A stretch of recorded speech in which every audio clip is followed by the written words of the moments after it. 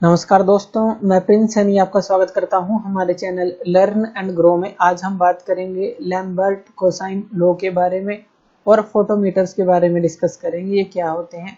तो चलिए पहले बात कर लेते हैं लैम्बर्ट कोसाइन लॉ के बारे में। तो लैम्बर्ट कोसाइन लॉ क्या कहता है?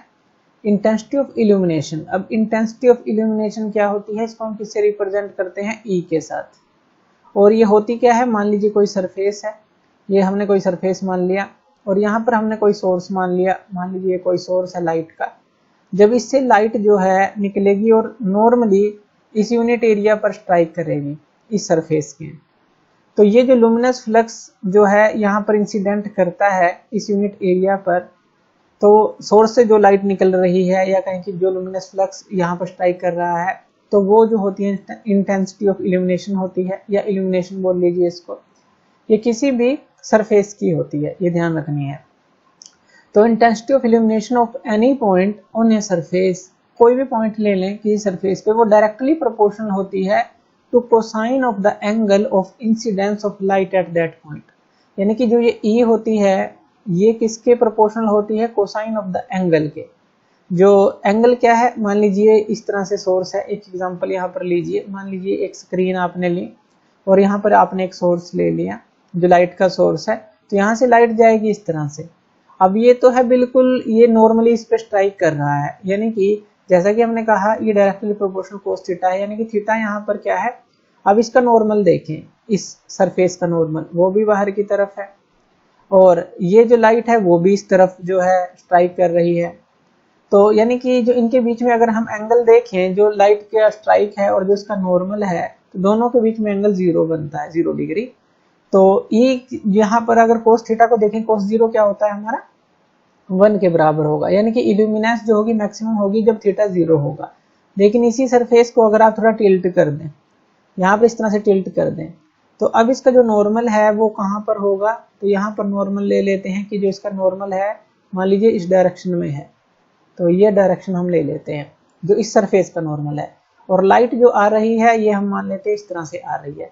अब यहाँ पर देखिए ये जो एंगल थीटा बना, तो अब ये क्या है, ये जो नॉर्मल है अब इस तरफ जा रहा है, यानी कि यहाँ था पहले ये चीज, ये जो नॉर्मल था यहाँ था, यहाँ से वो उस तरफ जा रहा है।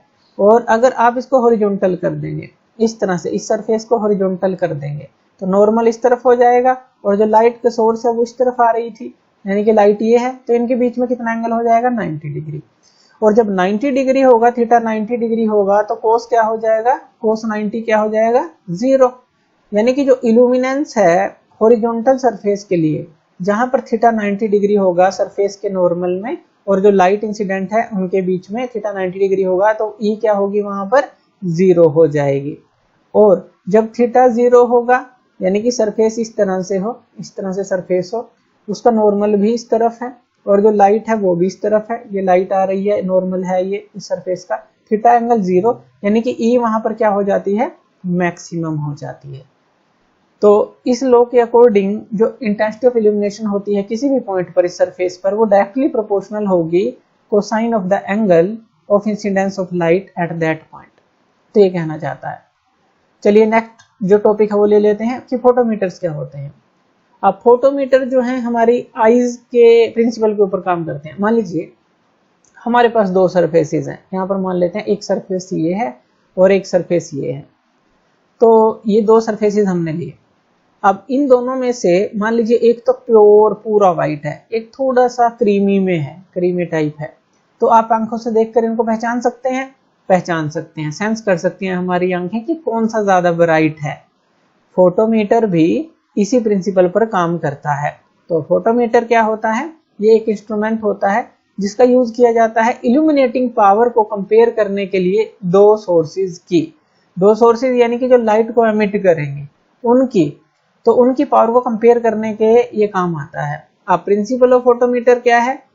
As human eye can determine fairly accurate, यानी कि जो ह्यूमन आई है वो आसानी से जो है डिटरमाइन कर सकती है किन्हीं भी दो सरफेसेस में कौन सा ज्यादा ब्राइट है, कौन सा ज्यादा वाइट है, हम बता सकते हैं आसानी से।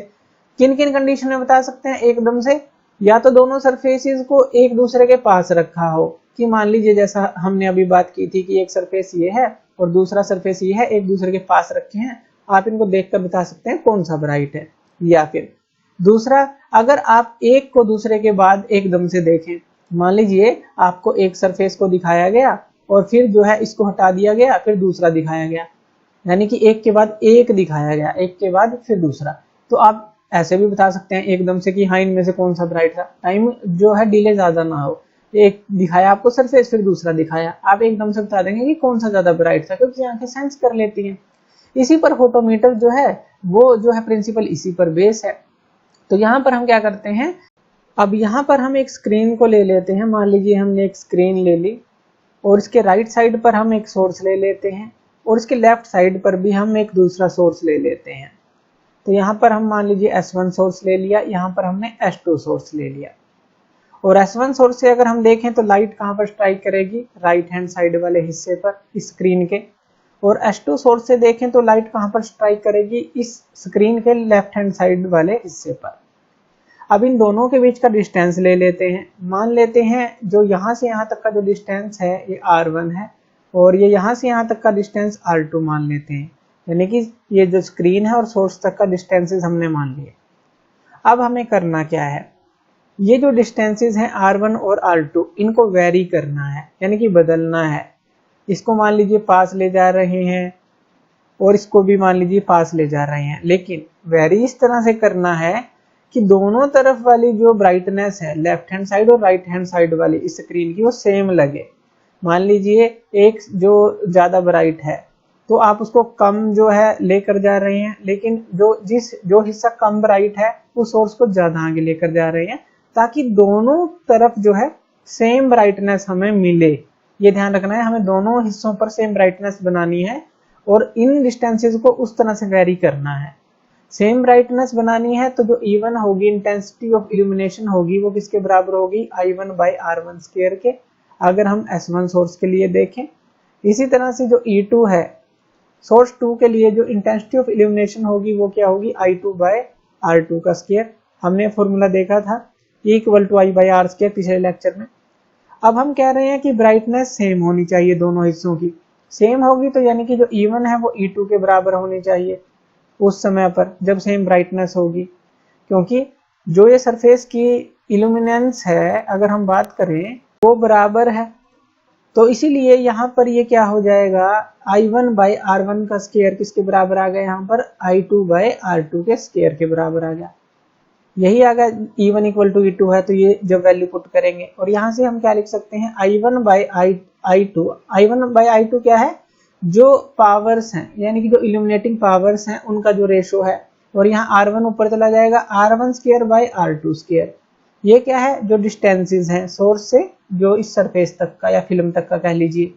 तो जो ये है हमारे पास ये रिलेशन आ जाता है कि जो इल्यूमिनेटिंग पावर का रेशो है वो किसके बराबर है, जो इनके बीच का जो डिस्टेंस है उनका जो स्क्वायर है और उनके रेशो के बराबर है। अब यहाँ पर देखिए, अगर एक सोर्स की पावर हमें पता भी है तो दूसरे सोर्स की पावर अगर निकालनी है तो इस रिलेशन से उसको निकाला जा सकता है। तो इस तरह से ये जो है फोटोमीटर ये काम करते हैं, और इस तरह से हम जो है कोई भी सोर्स जो अननोन सोर्स है उसकी पावर निकालनी है तो वो भी निकाल सकते हैं। तो थैंक यू वीडियो देखने के लिए, और इसी तरह की वीडियोस के लिए आप हमारे चैनल लर्न एंड ग्रो पे हमें सब्सक्राइब कर सकते हैं। धन्यवाद।